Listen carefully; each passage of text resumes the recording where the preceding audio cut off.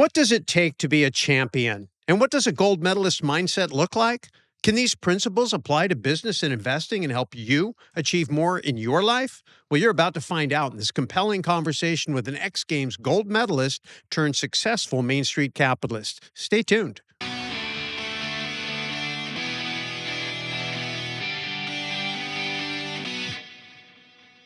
Welcome to the Main Street Capitalist Show. I'm your host, Russell Gray, here in studio today with a man you're really going to enjoy meeting. You know, when you go out in life and you achieve some success early, then you go through a transition. Sometimes in that transition, you forget who you are. I had a son who played college football, and for all of his life, he was a great football player, and he had a lot of notoriety, big man on campus. And then he graduated at 22, and he didn't make it to the next level. And so that's called floating in outer space. How do you figure out what's next? And so the man you're about to meet was a professional athlete. He's turned real estate investor and syndicator and has had great success in both fields. And so welcome, Dan Brisse. Yeah. Hey, thank you for having me. I'm excited to be here. So let's start, Dan, with your professional background, because I teased them and they're going to want to know that specific to your athletic career. And then let's skip forward to where you are today, and then we'll go back and recount kind of how you got from there to here. But talk about your first flirtation with fortune and fame. Yeah, my big goal as a little kid was to be a professional snowboarder. And I had the gift of parents who were extremely supportive, and they said, go for it. I remember telling my dad when I was a little kid, I want to be a professional snowboarder. And growing up in Minnesota, my parents are middle class as they come.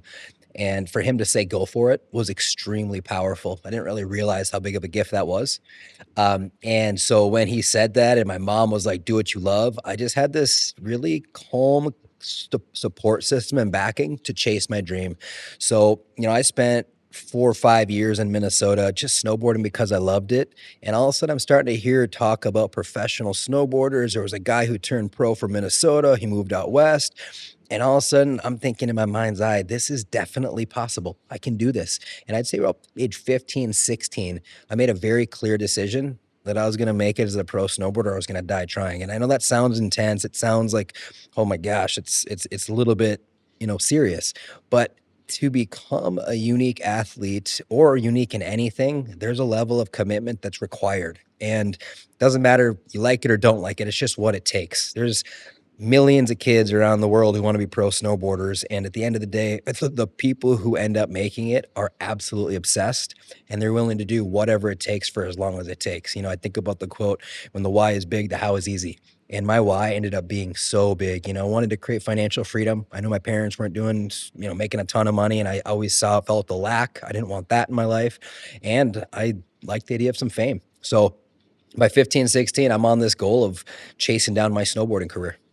So talk a little bit about the pinnacle of that career before we jump into what you're doing right now, because you had not just good success, you had extraordinary success. Yeah, I had a beautiful snowboarding career. That's the best way I can describe it. I mean, I'll give you just a touch more too. Before I ended up actually making it, I moved to Salt Lake City because I'm like, okay, this is the place to be. This is where professional snowboarders are bred in the US. It's the most popular place. And I think within a year, I'm going to be this professional snowboarder. And I'm working at Blockbuster, eating peanut butter and jelly for breakfast, lunch, and dinner. That's how broke I am. Year one goes by, nothing happens. No brands take me, zero success. I go back home to Minnesota, work some odd jobs, come back year two. I'm thinking, okay, this is my year. Nothing happens. I'm working at TGI Fridays, eating peanut butter and jelly, breakfast, lunch, and dinner. Year three, this is my year. I dislocate my kneecap. My season's over 3 days after moving to Salt Lake City. My girlfriend at the time says, hey, you need to go to college. My girlfriend's mom is like, you need to go to college. I'm telling you, when I'm committed, like either you're on the bus or you're out. So I'm like, you're cut. I'm going snowboarding. You got to understand, this is what I'm doing. And I got that a lot. What's your backup plan? What's your backup plan? And I'm like, there is no backup plan. This is the plan. And that's, I understand looking back how people could think that was a little reckless, but when you have this clarity of commitment, it felt really perfect for me. So year four comes. I have a really great friend. He's got a little bit of money. He hears about this contest in Aspen. He's like, Dan, you got to go to the Aspen Open. And an Open, anyone can enter. You pay your $200. You get 2 runs down the qualifier run. And if you make it qualifiers, you go to finals the next day. There's like 225 kids who come from around the world to show up at this Open, all thinking they're going to be the next big deal. That qualifier day, I finished sixth. I'm like, okay, that's solid, but these brands, they don't care unless you're top three. Come back for finals, and I end up winning this contest. And I have my snowboarding career from Aspen that day just goes in this, it was 9 to 10 years of grinding, Russ, of me just failing, struggle, setback. 10 years to become an overnight success. Yes, exactly. And that's what I heard. All of a sudden, they're like, where'd you come from? All of a sudden, you win this contest. Who are you? Overnight success. And I'm like, you have no idea the last 10 years what I went through. So after that, I get invited to a bunch of big events. My snowboarding career really escalates quickly. One guy in the snowboarding industry believes in me. He's like, hey, I want you to come to this event, this event, this event. And all of a sudden, all these brands see what's going on. This, preparedness finally meets an opportunity and it blows up. That's exactly what happened. And I ended up having a 13-year run. I was in X Games 6 times. X Games is in Aspen, Colorado. It's like the kind of the premier under the Olympics. It's the biggest thing snowboarding has. And I was invited to this event called Real Snow. It's a video contest. I competed in that 6 times. I got a couple gold medals, couple silver medals. I was on the cover of every magazine. I ended up traveling the world. It was a dream come true, And I think about like when I'm on TV, my parents are watching from Minnesota or Mexico, calling me saying they're so proud. And it was just like this moment of like, wow, I actually made it, Russ. But the part that really hit me hard was when I was at the top, I could see the end. I could see what was coming. And I saw my buddies who were 5 or 10 years in front of me, and I saw their careers end, and it was brutal. It was scary. It was sad. Losing their homes, losing their wives, drug addiction, suicide. I was like, if I have a career that's similar to what these guys had, who are my heroes, who I'm getting to know as my friends, I'm going to be lucky. I luckily had that career, but I came across some great books, started getting all about finances. What do I do with the money I make during the middle of my career? And I started buying real estate during my career, Well, which we're was, going to come back to that. We're going to come yeah, back to that because it's a great story, and I want to yeah, I want to do that. But I want to hit the punchline because people sometimes they don't watch the whole video. So I want to make sure that folks understand this is worth waiting for, because it's not like, hey, I figured it out and I didn't get depressed and now I have a good job and a happy life and I'm upper middle class, right? You have a very different story. So talk about where you're at right now. And if you don't mind, I know this is a little personal, so feel free to say no. But the last time we were together, because you're a member of the Collective Inner Circle Mastermind that I yeah, do with Kenny and McElroy and George Gammon, Jason Hartman, Robert Helms, and you were about to leave to go do something profound, but the only reason you could do that is because of the yeah, success you've achieved. And you're not done yet. yeah, I know you're not done yeah, yet. So we'll close with where you're going from where you're at. But let's just talk about right now, where you're at in life right now. We know a little bit about where you came from. We're going to talk about how you got from there to here, but where is here for yeah. you right now? Yeah, currently, so we own a company called Granite Towers Equity Group, and we specialize in value add multifamily in Dallas and Nashville, our two main markets. We have 3,300 units under management, 170 million of equity under management, and about 450 million of assets under management. We also have a little arm of triple net deals for depreciation and cash flow come year end for our high net worth investors. And we're in a phase of scaling our company. We've been around for 9 years. We've had some great success. We've had some pain. We've leveled up. We put some really clear principles in place. And we have a really large 10-year target that we're committed to going to, similar to how my snowboarding career was, a make it or die trying. That's really kind of my same attitude I have for Granite Towers Equity Group. These next 10 years, we will make it. We will find a way. We will buy great deals. And it's just a matter of time. So you said you're Yeah. not the only person in this company. Yeah. Just tell us a little bit about that. Yeah, so I have a remarkable business partner, a friend I grew up with. We started snowboarding together. I go off in my snowboarding career. He does high net worth insurance sales. He's a very analytical mind. I'm much more of the people side and just like to talk and get to know people. And he's out there buying single family homes. His goal is to buy 100 single family homes by the time he's 30. And I'm thinking, hey, Mike, we should come together and buy an apartment. Let's buy 28 units together. So he's does that. We end up having cash flow. We find a way to hedge inflation. We get some depreciation, and we're just thinking, man, this is phenomenal. We've got counteractive or reciprocal skill sets. Let's come together on this. And we started our company in 2017 together, and it's he and I who own Granite Towers Equity Group together. Okay, so it's Yeah. the two of you. Correct. Okay, all right, so very good. So obviously, I think you're doing pretty well. Joining the Collective Inner Circle Mastermind, not cheap. You just did that, and at your very first introduction, you were in the process of going back to do something that you dreamed about doing your whole life, Yeah. and it was emotional. So It I'm not was. trying to, Yeah. but if you don't mind, and feel Yeah. free if you don't Yeah. want to. No, it's fair to share. My parents are just like they're some very unique people for me. Very, very, very special. Like I shared, gave me that support at a young age, and financially, just they didn't come from a place or get to a place where it's really easy. They saved their dollars. They worked hard. I saw my parents get up and go to work every day from 8 to 5.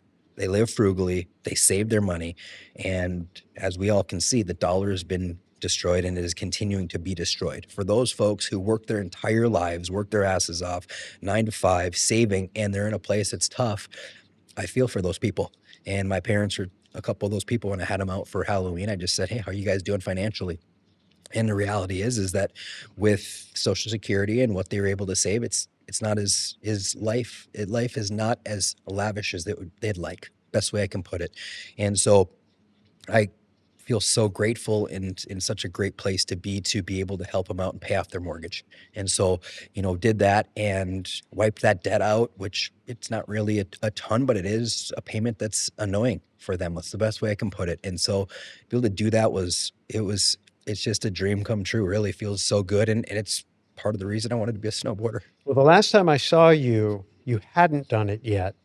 You'd made the decision to do it. You were Yeah. on your way back to do it. Yeah. Now that you're on the other side of it, two questions. One, how did it go down? How did they respond? And then number two, how does it feel? Yeah, an unbelievable feeling. Like just just it's so nice to feel so certain and wanting to do it. And their appreciation was just like tears of gratitude. Simple as I can put it. Authentic appreciation.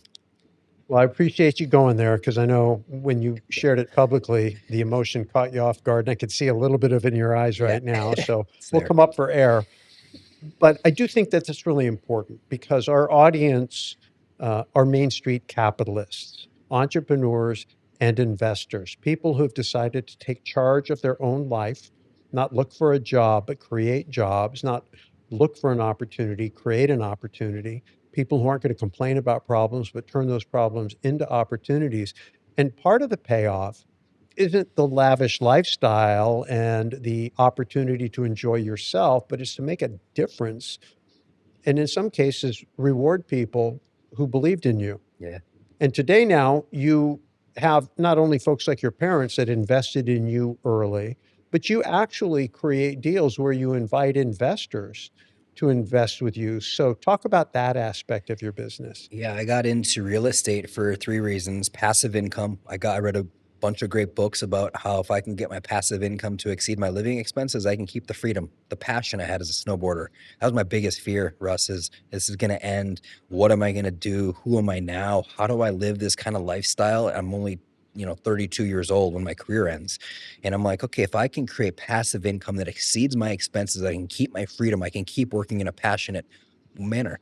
Whereas if I have to go back to working at TGI Fridays, I'm back trapped. So passive income has been the cornerstone for everything for me, and ideally a wealth ratio of 2, 3, 4, or 5 beyond my expenses. Number two is just hedging inflation, because after 1971's big change, like you can't save the dollar and expect to be in a place where you're comfortable as you're older, like I just shared with my parents. And number three is depreciation. I never learned as a boy growing up that when I'm a professional snowboarder, I'm in the S quadrant. The S quadrant gets taxed like no other.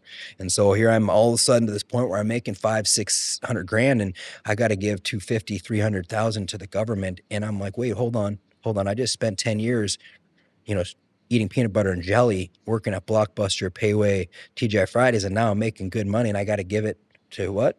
So that was the point of my life where I'm so grateful for Rich Dad Poor Dad, Tom Wheelwright's book, Ken's book, listening to your guys' radio show. It drastically changed my life in a very simple way to start a completely different roadmap, back in 2011, 2012. Yeah. Well, I say all the time, and I learned this in an apologetics class, actually, that some guys in my church put together many, many years ago, which is the idea that thoughts and beliefs become actions and actions produce results. And all of us want to change our results. And we think that if somebody will teach us what to do, we'll do it. But a lot of people can know what to do and they can't find the ability to do it because they have to change the way they think and believe. You already had that ability to commit to a goal, to go all in.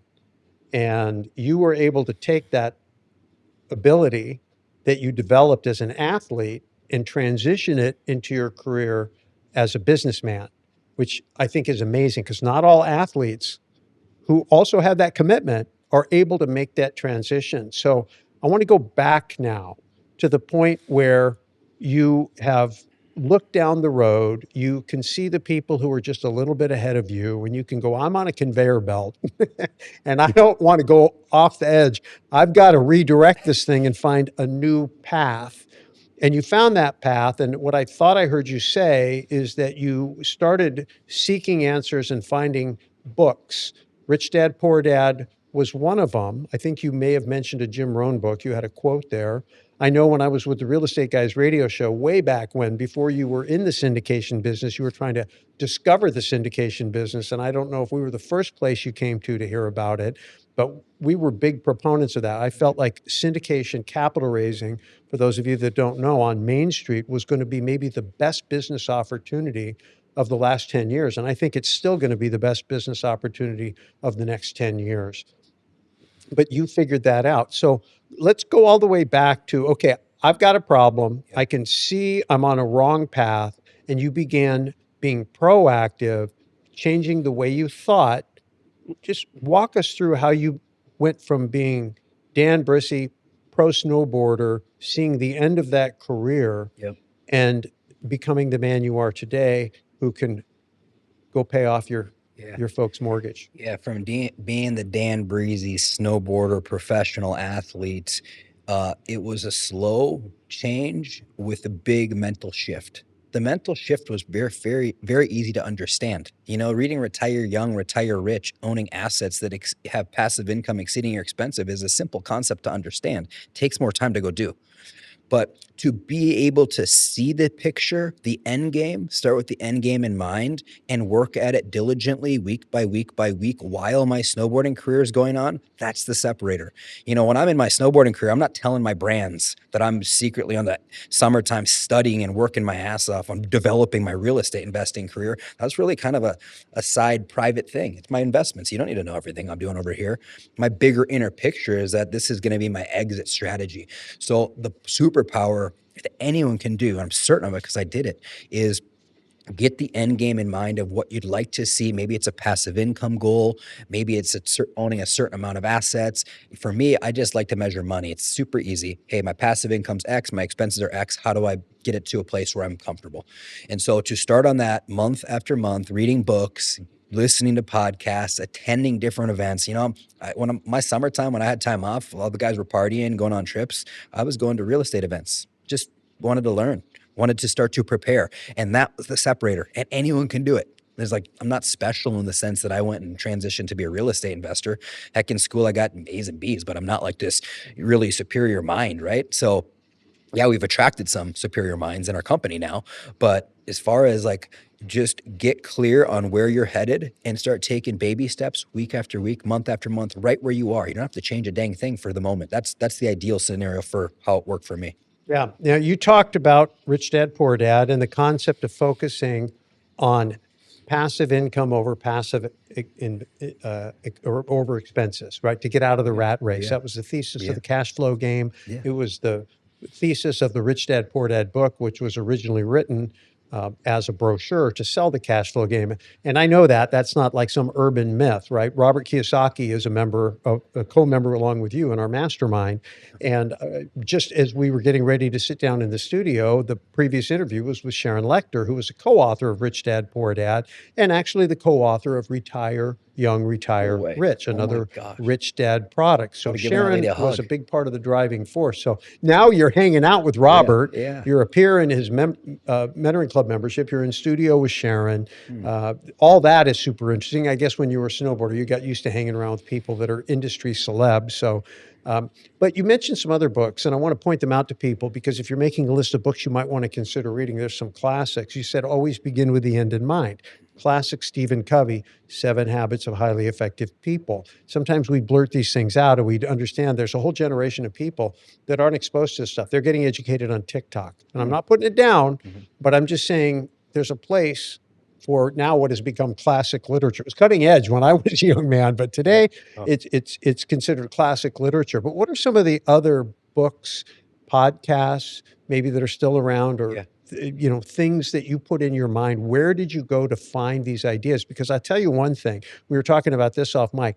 Professional athletes often hire professional financial advisors. Mm. They don't preach cash flow. Mm-mm. And so you were already marching to the beat of a different drummer, and you Yeah. had to find communities and ideas that were going to support that. And I think that's an important differentiator. Yeah, I can say for the athletes that have hired these professional money managers, most of the time the money managers appear to have their best interests in mind, not the athletes. And that's how it's occurred to me from the people I talk to and the experiences I hear. I think it's important for any athlete, any person to really have control of their financial well-being and to start with the end in mind of saying, here's where I'm going. Now I know what to go do. Some of the books that I started with, Think and Grow Rich, extremely popular book, unbelievable book. I read it every year as a refresher.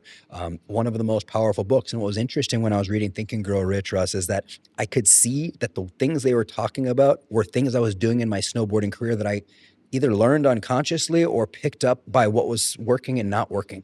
So Think and Grow Rich could be a book saying, what do you want to create? Here's the roadmap to create it. They're just talking about money because it's a universal topic. That's how it occurs to me. Well, Napoleon Hill wrote that book. He studied successful people and came to a common denominator conclusion that people who are successful think a certain way. And if you could think the way they think, you could replicate their success. That was the thesis.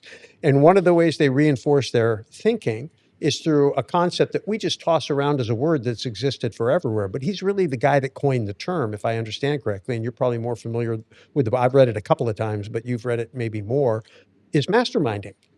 And masterminding is the idea you get around other people that are similarly committed, trying to solve the same problems you're solving and accelerate everybody's success. That's what we create a collective inner circle around.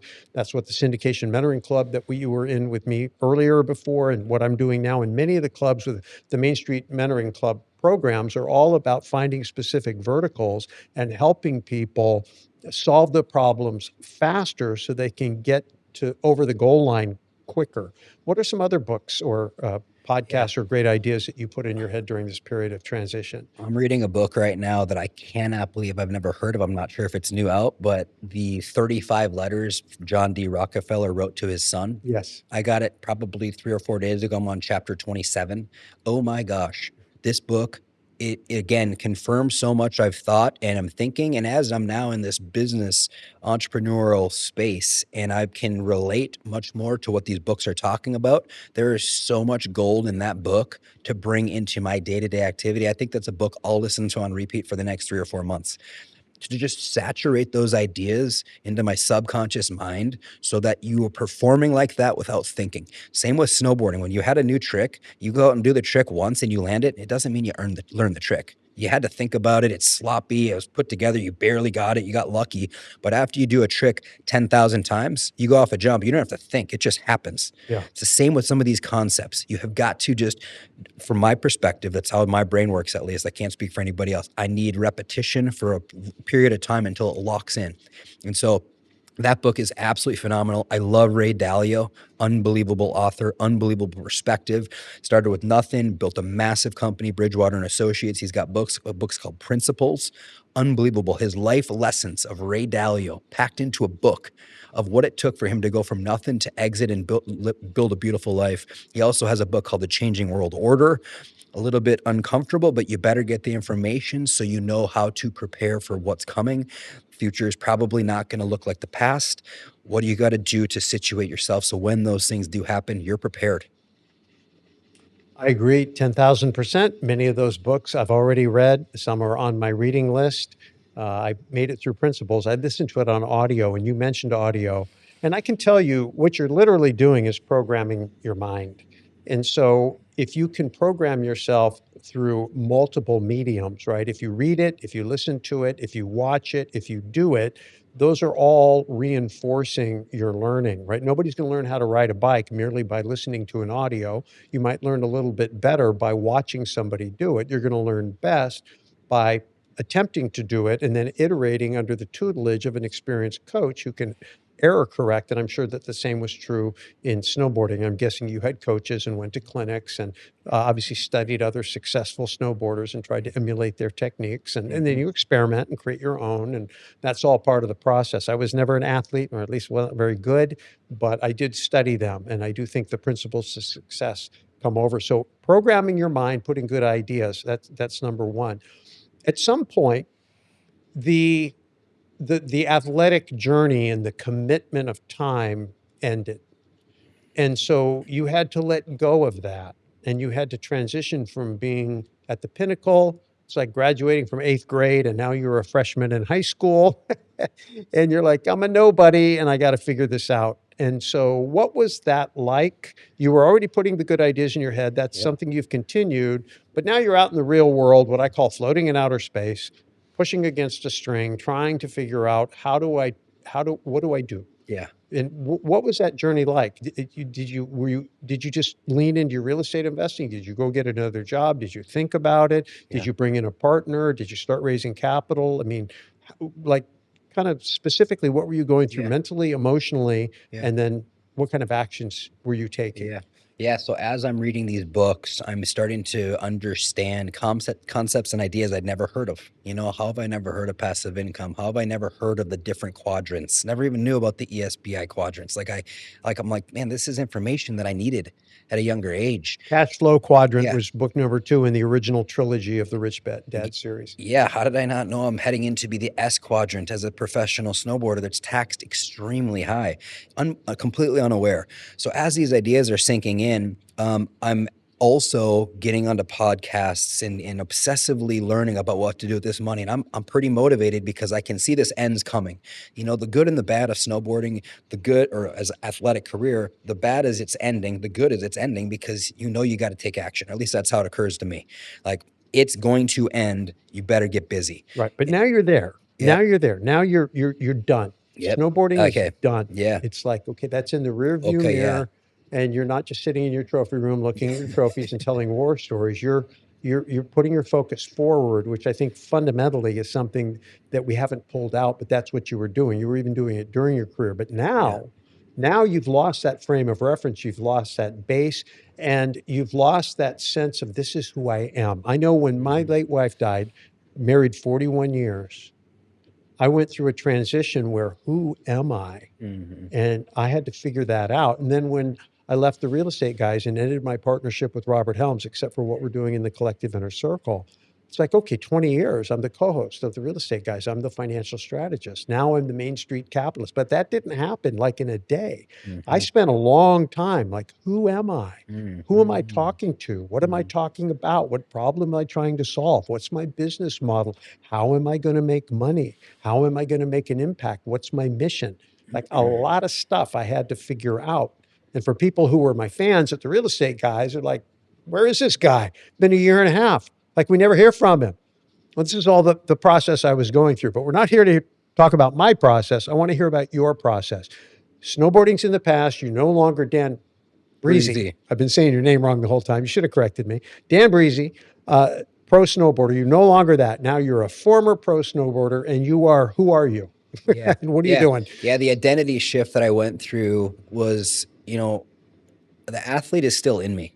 The athletic man that I was as a snowboarder is still there. There's still traits that are deep and they'll never leave that I bring with to my real estate career. But as I continued to buy real estate and bought more of it, duplex, nineplex, 24 unit deal, 28 unit deal. And all of a sudden I got 60, 80 units. My identity is turning into I'm a real estate investor slowly, just like you're talking about. It didn't happen overnight. Nothing happens overnight quickly when identities are created. But the mix of an athlete to a real estate investor happened during the period of time between I realized I got to get out and I realized and now I'm a full-time real estate investor. And that identity shift probably took 3 or 4 years. And like I said, the athletic side of me, the commitment, the discipline, the clarity of what my outcome looks like, the relentless behavior, that's still in me. It's just in a different Yeah, I want asset to draw class. this out because I think this is important.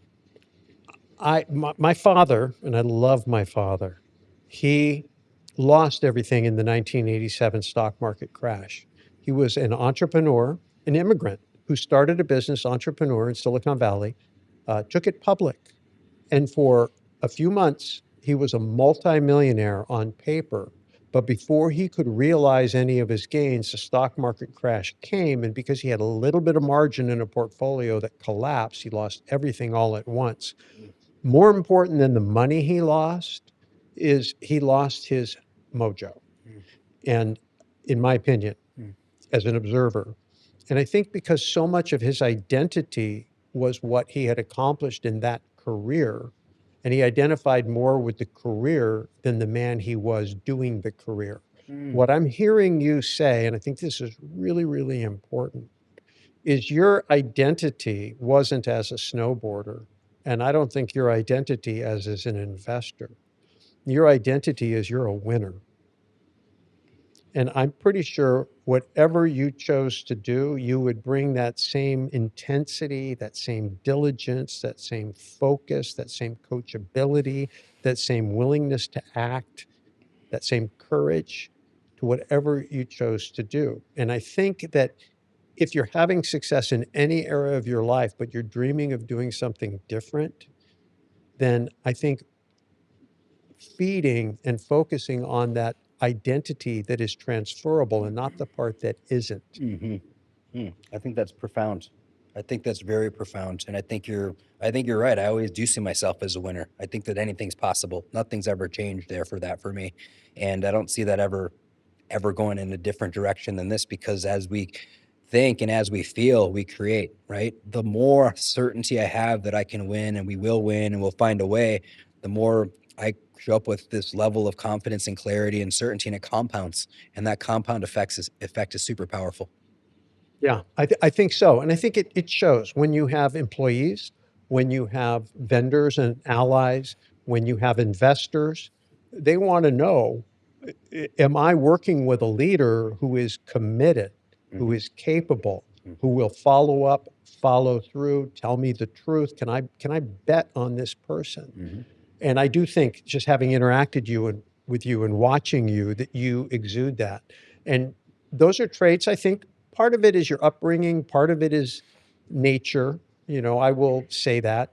But I do think a lot of it is learnable and can be practiced, and you want to hang around people. So I want to go to that next level, right? You are now in a mastermind, and you've been in other masterminds because you didn't join our mastermind until you'd finished a commitment in a different mastermind. Mhm. You may have picked up that concept through Think and Grow Rich, as I mentioned, or wherever. You were part of a community of professional snowboarders. There was a subset of those guys that weren't going to figure it out, and you separated yourselves from them. You've obviously kept a relationship with at least one of them because you're in business with him today, probably others. Mhm. How did you decide who to put in your life, who not to put in your life, and how important has that been in both your consistency but also your development? Yeah, I think that point right there, beyond personal development of your own personal growth, is the next most important decision. Who are you going to marry? Is there a core value alignment? If the foundation is not there with the right woman, I've seen people's lives just completely destroyed. Picking the right business partner. Do you have, this give and take, yin and yang, reciprocal, values and skill sets? And is there similar core value that is in alignment there and congruency? And then picking partners as we're doing deals. I don't know how else to put it other than there's a lot of intuition of feel of, do I have an energetic exchange with this guy? It's Mhm. kind of like, the best way I can describe it is, sometimes I get around people and I'm like, "W- we're on the same wavelength." And out of, 18 to 20 partners, I can only think of one where Mike and I missed it. And it was a unique situation with that one guy. So, the being able to tune into energy when you meet somebody, there is things that your five senses cannot pick up. That's certain. 95% of what we're picking up is not a pick it up. You're not going to pick up by your five senses. So to be able to tap into all of the other stuff that's going on the other side, and to have an internal knowing, intuition, is a skill and can be developed. And so that's something that I've spent a lot more time over the last 2 or 3 years, really in the last year, developing as my spiritual intuition and going to my inner world, more meditation. Ray Dalio talked about how transcendental meditation was his most single powerful tool he had and used. And so I went and got trained to be transcendentally meditated certified, and it worked pretty well. And as I've continued to harness that and build that into my life, similar like a workout plan. When I work out every morning, Monday through Friday. It's just what I am. It's who I am. It's what I do. I need that meditation to be that level of habitual behavior, as well as it helps me get more in touch in a personal alignment. And that personal alignment is a superpower. I can't stress that enough. I don't have necessarily the right words to emphasize how important that is. But if you can get the baggage out, and a lot of that came from my parents' upbringing, safe, love. And so I don't have a bunch of stuff that's holding me back. Now, how do I go in and how do I identify when I'm in alignment mentally, spiritually, and how do I use that as I'm going through the world to attract the people that are the most beneficial to our company, and choose the right deals, use the right, style of decision making to get us to the safest place for us and our investors. Yeah. The word integrity is like integer, it's a whole. Mm-hmm. And so when you have integrity, you're complete, you're whole, you're not fractured. Congruity is about being in alignment, and that's Mm-hmm. very important. And one of the most important things that I've learned, and I know where I struggle, that where I need to go to fix it, is you don't trust yourself when you don't keep your promises to yourself. And they're little things, Mm-hmm. little things. If you say, I'm not going to drink, and then you drink, Mm-hmm. I'm not going to eat sugar, and then you eat sugar, Mm-hmm. I'm going to work out, and then you skip a workout, I'm going to get this finished, but then you don't, I'm going to show up on time, but then you don't. You start getting a habit of being undisciplined, and people think discipline is constraining. But our mutual friend Tarl Yarber wears a t-shirt, discipline is freedom. Mm-hmm. Because now you know where the boundaries are, you know what the expectations are, but mostly you know what you can count on. And when you know you can count on yourself, you have superpower. And Mm-hmm. what I'm hearing you say that you've developed all your life is reinforcing that discipline, keeping those promises to yourself, and the people around you will see it. They'll bet on you. From your parents, hey, this kid's committed, Mm-hmm. I'm going to invest in him, Mm-hmm. to your coaches, to your sponsors, to now your investors, your employees. People are like, I'm going to bet on this guy because he's got that inner alignment. You say it's most important. I'm adding a little bit of embellishment to it because I really want to make sure people get the message. I wish I could say it was at the highest level as you. There was a time in my life where I was, and then through associations, I let some of that go, Mm-hmm. and I gained 40 pounds, and I broke away from some of my spiritual disciplines. And I realized if I want to get my life back on track, it's going to start with keeping promises to myself. So beautifully And I've been said. working on that for the last several years, Yeah. and it's starting to show, and I'm Yeah. excited about that. Never too late. Yeah, that's the beautiful part, Russ. I think that everyone should hear is you slip off track, you get back on track. It doesn't mean you're done. You start where you are now and get control of it and keep going. That's as that's as inspirational to me as anything I've ever you hear, and I think that that's a piece that is so important to hear, is that it starts and ends with me. If there's something that's working in my life, great, round of applause. And if there's something that's not, how did I have a part in it? What am I doing? What am I not doing? What did I say? What did I not say? What am I not picking up that's actually taking place, whether it's my relationship with my wife, my business partners, deals? And to just take absolute ownership gives you this superpower that's undeniable. It is felt. Let's talk about this because this brings us to the next thing. Those things take time. Working out takes time. Quality time in relationships obviously takes time. Exploring yourself, thinking, meditating, all takes time. Mhm. The bane of every ambitious person, whether it's in sports or in business or anything else creative, is time management, focus, and ultimately the manifestation of losing balance. And I know that some people say you can't be balanced in business. I'm going to beg to differ, and you can disagree with me, but I'm sure, and I don't snowboard. I played a tiny bit of football. I did a little bit of martial arts, but one thing I learned was that your stance mattered. Your base, your foundation, your core was where everything came from. And if you weren't balanced, and I'm guessing balance is pretty important in snowboarding. A little bit. Yeah. When you lose your balance, you can't do anything else. How do you manage the balance of you only have the same 24/7, 365 everybody else does? The guy sleeping in the gutter who doesn't have anything going, and the guy that is running a Fortune 500 company or a Fortune 10 company or $1 billion or $10 billion of assets under management, Ray Dalio, whatever billions. We all have 24/7, 365. How do you take on the challenge of maintaining that balance and avoiding overcommitments where you're majoring in the minors and neglecting something fundamental that Yeah. you actually have to have in place to be successful long term? Yeah, I took a leadership course because this is something I battled with tremendously. As how much do I give to my kids? Where's my wife? How's the business? What am I doing for personal growth? And how do I go to sleep at night feeling like I'm winning in all those categories? Not that easy to do, like you're talking about. I took a phenomenal leadership course that talked about your hierarchy of commitments. And in the hierarchy of commitments, you get clear on your top 3, 4, maybe 5 max domains of your life that are the most critical to you. And for me, and I'm going to share mine, and you can judge, you can have opinions like, oh, you shouldn't have it this way. That's not what it's here for. What I'm here is just to share with you that you create yours, and it's whatever it is for you, that's okay. Some people put God first, some people put themselves first, some people God's not anywhere. And so mine is me. Number one is me. How am I doing here? If I don't show up well when the airplane's going down, if I don't take care of myself, I can't take care of my kids, I can't take care of my wife. If I don't take care of me, everything falls apart. So if I'm not checked in here healthy and other things are out of whack, I first have to go here. Because if I'm not strong here, aligned mentally and emotionally, I'm weak and I'm causing problems. I'm actually making it worse. Number two is my wife. If my wife and I aren't good, I'm weak. I've noticed that about me. If her and I leave, if I leave and we had a fight, and I'm at business and my mind's elsewhere, the people are like, what's going on, Dan? You seem distracted. I've had a fight. I didn't clean it up with my wife. We weren't on the same page. So there's number two. Number three is my business. Our business is my third domain, Granite Towers Equity Group.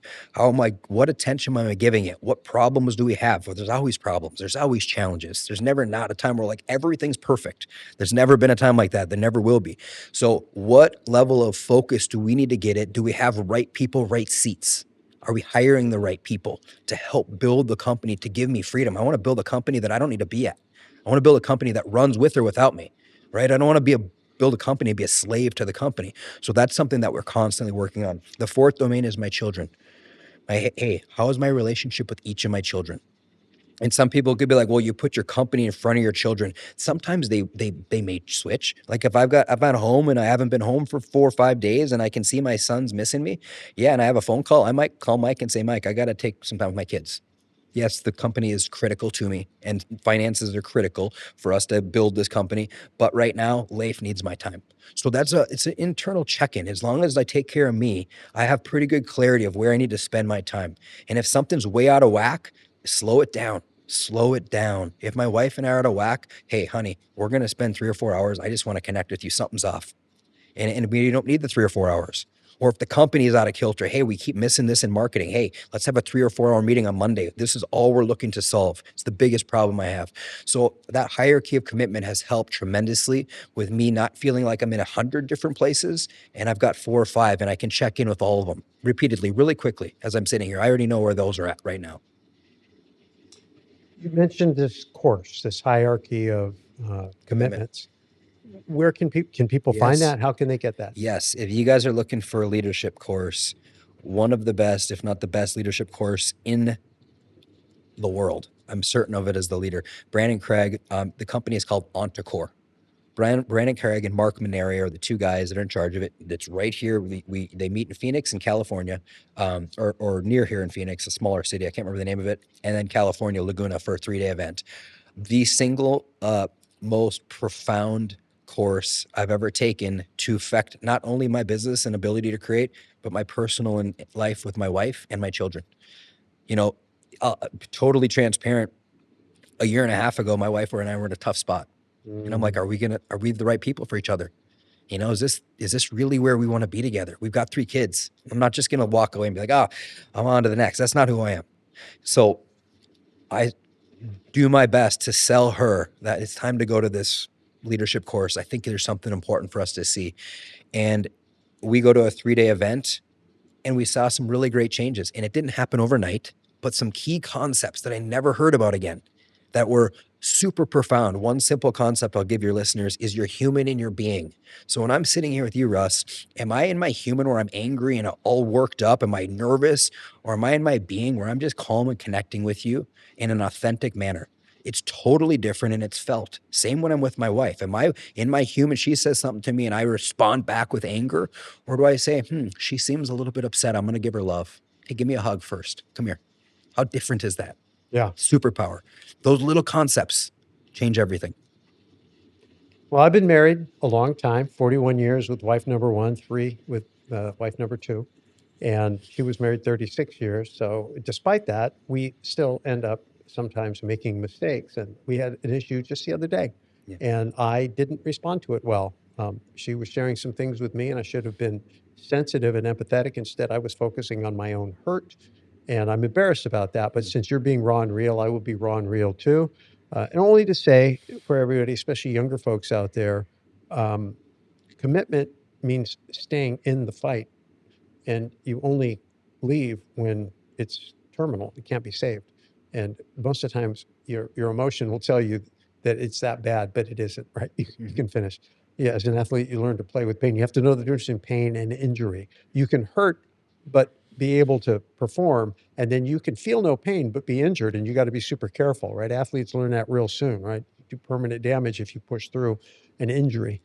Okay, well, listen, I want to talk a little bit about what you're doing and where you're going. And you do offer people an opportunity to participate with you. So just talk a little bit about your business, where it's at. You mentioned you are syndicating multifamily in key markets, value add strategy. That's great. I think anybody who's in that space right now knows it's been a little bit tough when the Fed jacked up interest rates. Cap rates fell. If you don't know what that means, I'm sure we'll have some tutorials at some point to explain that. But the point is that it's been a little bit harder in that space. And I think that there's light at the end of the tunnel, because at the back end of all these problems are going to be people that kept it together going through them. I know our mutual friend Kenny McElroy's on a shopping spree right now. He's having a great time because there's some problems out in the marketplace that need to be fixed up. But where are you at in the business right now? Where are you going, and where are the opportunities for people that may want to go along for that ride? Yeah. I think multifamily, and I think Ken's of the same opinion, is at one of the best points in time we've seen since 2009, 10, 11, 12 of buying. You know, we had this really beautiful run up from 2012 to 2022. It was pretty nice. Everyone made money. It was really difficult to lose. Everyone looked like heroes. 2022 happens, as you explained here, Russ. The Fed starts to raise rates. The music stops. Musical chairs stops. Values start to come down. Rents are soft. A lot of new product that was built in 2020, 2021 is now hitting the market, which is giving us more supply. So the residents, the tenants, have more choice. And delinquency is a little bit more challenged because the economy underneath it all is actually in a really tough spot. You got less job growth right now.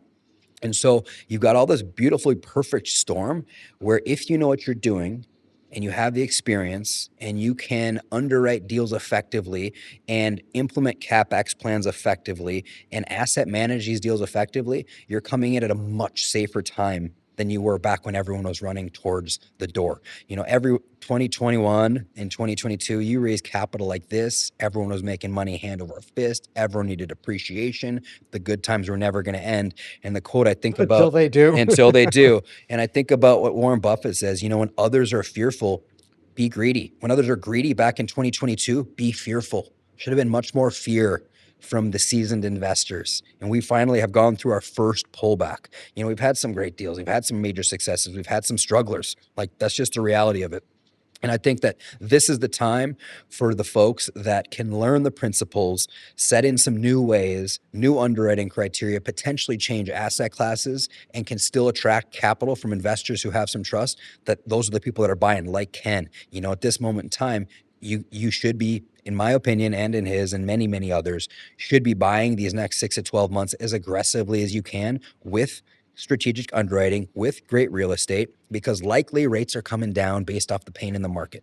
There's just pain. And when pain happens, the Fed has to respond. And their only lever is rates. And when rates come down, it's values on assets go up because the cost to borrow money is cheaper. It's not that complicated. And we know real estate cycles. There's been a real estate cycle here in the US for hundreds and hundreds of years. They call it the 18 3/4 year rhythm. I love this book, Cycles by Edward R. Dewey. He very clearly spells out the real estate cycle for the last 150, 200 years here in the US.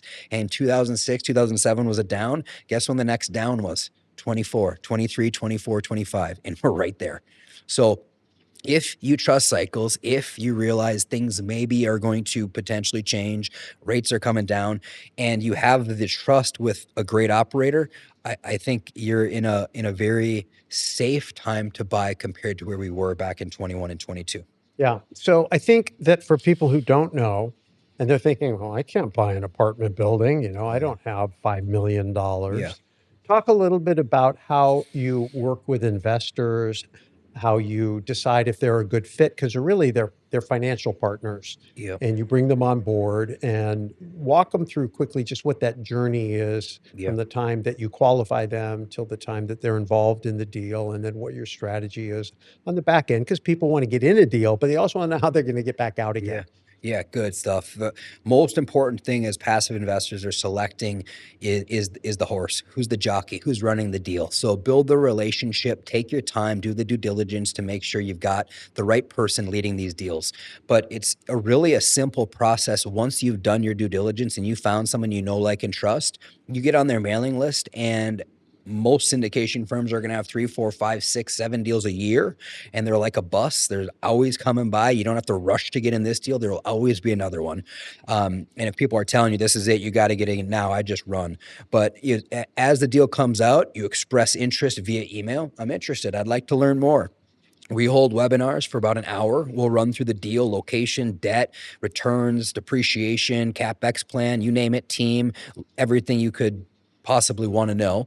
And after that hour, either it's a good fit for you or it's not. And if it's not, no worries. You'll stay on our database. You'll get another deal in the future. You'll start to see they're all pretty similar. They're almost like a cookie cutter investment, but it's a way for you to now put your capital into a piece of real estate and get on the side of passive income, hedging inflation, and ideally you can get a depreciation deduction. But it's that simple. Build that relationship with the right syndication firm, get on their mailing list, attend their newsletters or webinars, and choose to invest or not invest. It's that simple. So you are active in more than one market right now, is that right? And tell us a little bit about those markets. Yeah, so Dallas is the main market. We have about 2,200, 2,300 units in Dallas and about 600 in Nashville and another 400 or 500 up in Minnesota. We're looking for markets where we have job growth and population growth.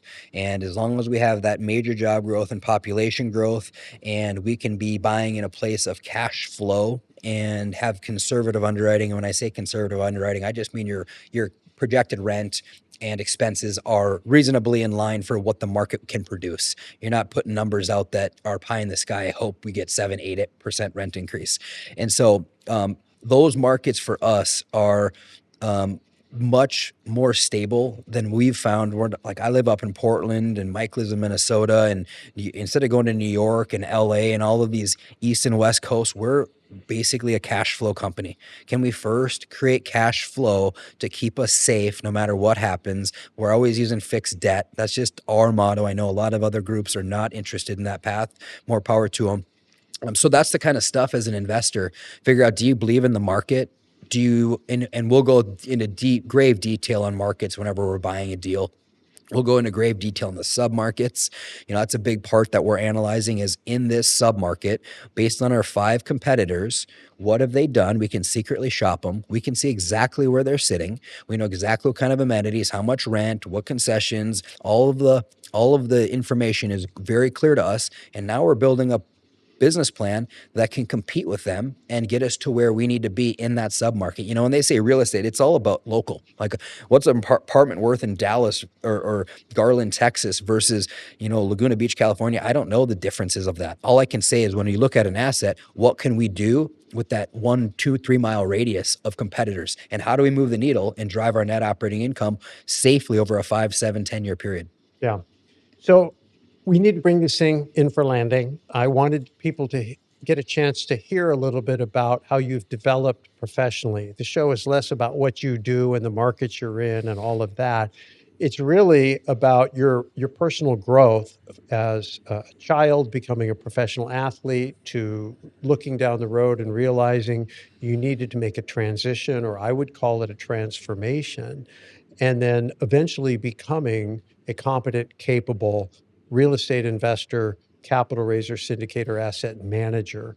And anybody who's out there who wants to transform their lives can follow many of the things that you did as a pattern for what you do to have that transformation. A lot of people think it's about information. Just show me how to do it. But the theme here, and I learned this from our mutual friend, Robert Kiyosaki. Originally, I learned it, thoughts become actions, actions becomes results. But you talked about being. And I thought that was very important. And I want to close with this because I think it's maybe the most important thing. Um, the be, do, have model. Your being is that congruity, that integrity, that who you are, and then who you are manifests in what you do. And part of that is learning from people who know what they're doing. And you shape your being and your ability to do with the ideas you put in your head, the disciplines that you practice, and then the people you put in your life, whether they're providing technical information or that emotional support that reinforces your being. That's where the money gets made. Mm-hmm. The Yeah. results come out of that process. Is that how you see it based Yeah. on what we've talked about? Is there anything I left out that you think is really important that we can leave people as the last word?